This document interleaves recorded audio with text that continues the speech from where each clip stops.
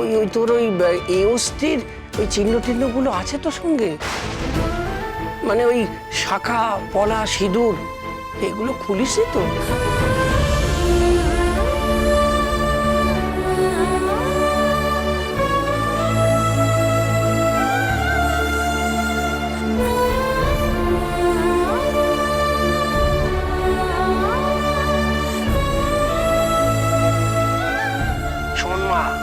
সাবিত্রী ব্রতর দিন স্বামীর নামে পুজো দিবি, আর পুজো হয়ে গেলে স্বামী তোকে নিজের হাতে প্রসাদ খাইয়ে দেবে। স্বামীর হাতে না খেলে কিন্তু তোর সারাদিন আর খাওয়াও হবে না। হ্যাঁ, সাবিত্রী ব্রত করলে স্বামীর আয়ু বৃদ্ধি হয়, যশ বৃদ্ধি হয়, জীবনে অনেক উন্নতি করে। এই ব্রতটা কিন্তু করিস। হ্যাঁ হ্যাঁ মামা, করবো। এখন রাখি, কেমন? ভালো থাকিস। হ্যাঁ, তুমিও ভালো থেকো। শহুরে বাবু, কনগ্রাচুলেশন। ওটাকে কংগ্রাচুলেশন বলে। Thank you. শহুরে বাবুকে যে উপহারটা দেবো ঠিক করেছি, সেটা এখানেই দিয়ে দিই। শহুরে বাবু কোথায় গেল? দেব এখন আসছে না কেন? কেসটা কি হলো? চলো তো দেখি।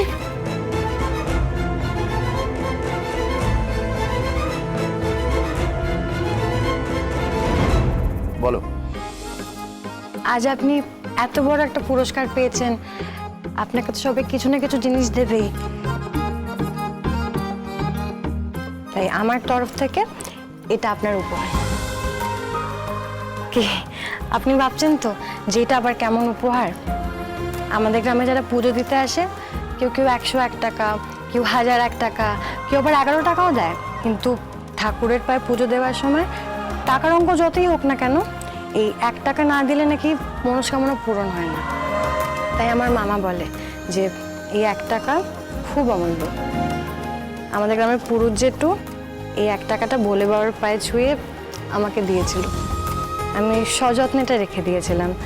আজ আপনার জীবনে এত বড় একটা দিন, তাই উপহারের হিসেবে এই উপহারটা আপনাকে দিলাম। Thank you Parvati. Thanks a লট।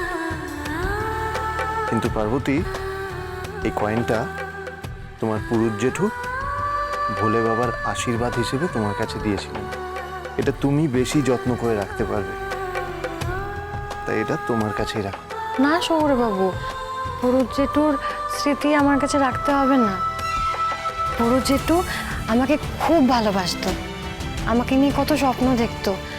আমি যেন লেখাপড়া শিখে বড় অফিসার হই। আমি সেই স্বপ্নটা সফল করতে চাই, আর সেই স্বপ্ন সফল করতে আপনি আমাকে সাহায্য করছেন তো। কাজেই এটা ফিরে নিতে বলবেন না, এটা আপনি রাখুন না প্লিজ। আচ্ছা ঠিক আছে, দাও। Thank you.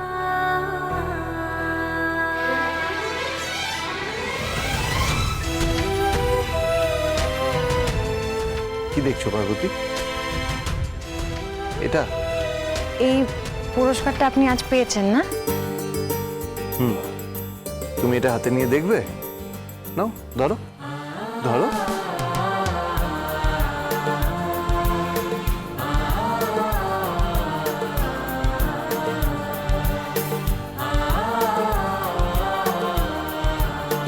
আরে কি আশ্চর্য, দেবকে তো দেখলাম বাড়িতে ঢুকতে, ও কি এর মধ্যে উধাও হয়ে গেল নাকি? দেবী আজকাল ম্যাজিক ট্যাজিক শিখছে নাকি পারো?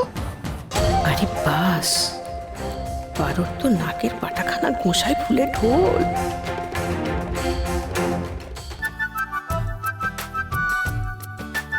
আরে পার্বতী, এটা এটা অ্যাওয়ার্ড। এটা তোমার গ্রামের ওই কলা গাছের কাঁদি না, যে কাঁধে নিয়ে চলে যাবে।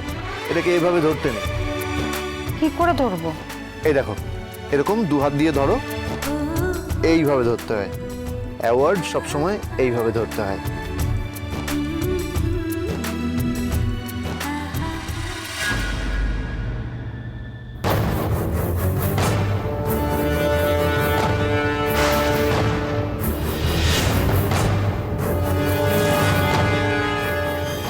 সবার প্রথমে অ্যাওয়ার্ডটা আমার হাতে দেবে। আমি সবার আগে তোকেই গিয়ে আমার অ্যাওয়ার্ডটা দেবো, ঠিক আছে? থাঙ্কো শহরে বাবু।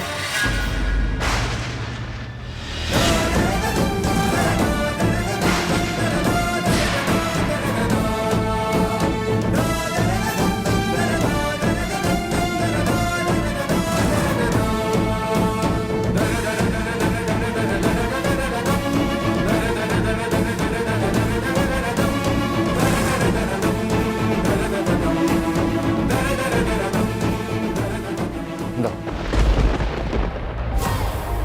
আরে তোমরা সবাই এখানে কি করছো?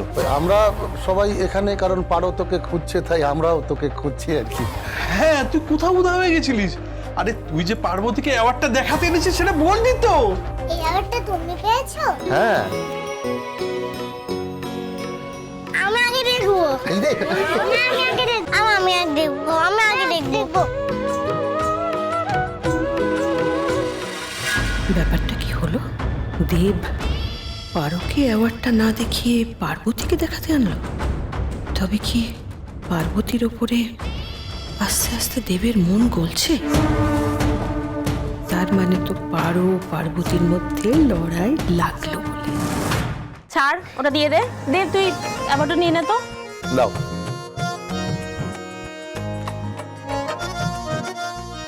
পারো, এই দেখ।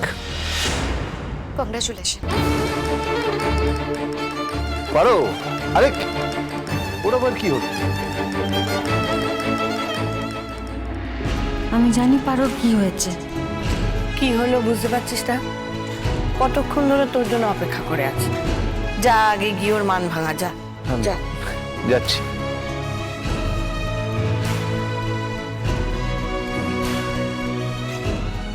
বলে বাবা, তুমি আমাকে কেন সবসময় অশান্তির কারণ বানিয়ে দাও বলো তো? পারো,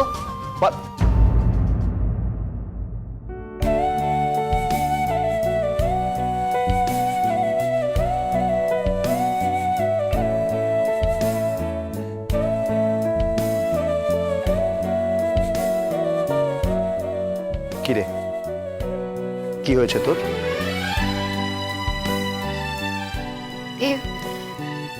তোমাকে আমি ফোনে বললাম না যে অ্যাওয়ার্ডটা এনে সবার প্রথমে তুমি আমার হাতে দিও, আমরা একসঙ্গে সেলিব্রেট করব। কিন্তু তুমি তো পারো, পারো, শোন শোন শোন। পারো, তুই ভাবলি কি করে আমি তোর কাছে আসবো না আগে? আমি বাড়িতে ঢুকেই সুন্দরকে জিজ্ঞেস করলাম যে পারো কোথায়। ও এটা এমন হেয়ালি করলো, তারপর আমি তোর কাছেই আসছিলাম এদিকে। হঠাৎ করে পার্বতীর মামা আমাকে ফোন করলো, পার্বতীর সাথে কথা বলতে চাই বললো। এবার দেখ, একজন বয়স্ক মানুষ, আমি তো ওনাকে না করতে পারি না। তাই আমি পার্বতীকে ফোনটা দিতে গেছিলাম।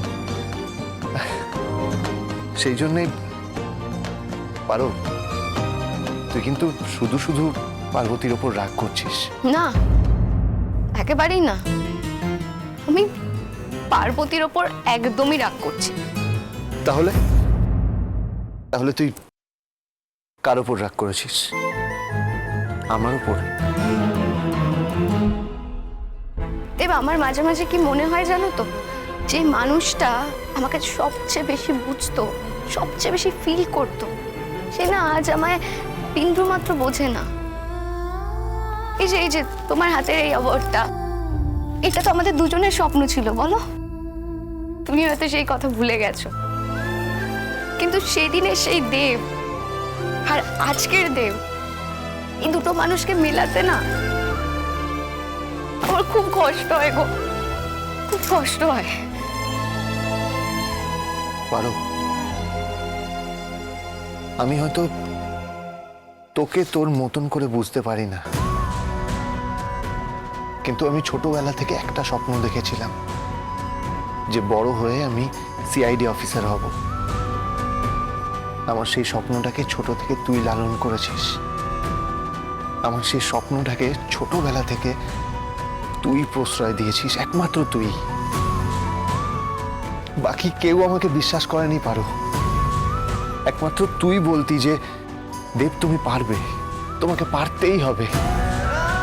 আর সেই জোরেই আজকে আমি এই জায়গায় এসে দাঁড়িয়েছি। তুই কি করে ভাবলি তারপরেও আমি তোর চেয়ে বেশি অন্য কাউকে ইম্পর্টেন্স দেব? পারো, তুই যদি এটা হাতে নিয়ে না দেখিস তাহলে আমি শান্তি পাবো না, কিছুতেই শান্তি পাবো না। দেখ এদিকে, শোন, আমি সবচেয়ে ভালো হাজবেন্ড হয়ে দেখাবো। তুই যেমন চাস তেমনই হয়ে দেখাবো। দেখ, তুই আমাকে ক্ষমা করে দে পারো। I am sorry. না না, তুমি কেন সরি বলছো? তুমি সরি বলো না। তাহলে এটা হাতে নে, দেখ এটা কিন্তু সবচেয়ে বেশি তোর হাতেই মানায়। দেখ কি সুন্দর লাগছে।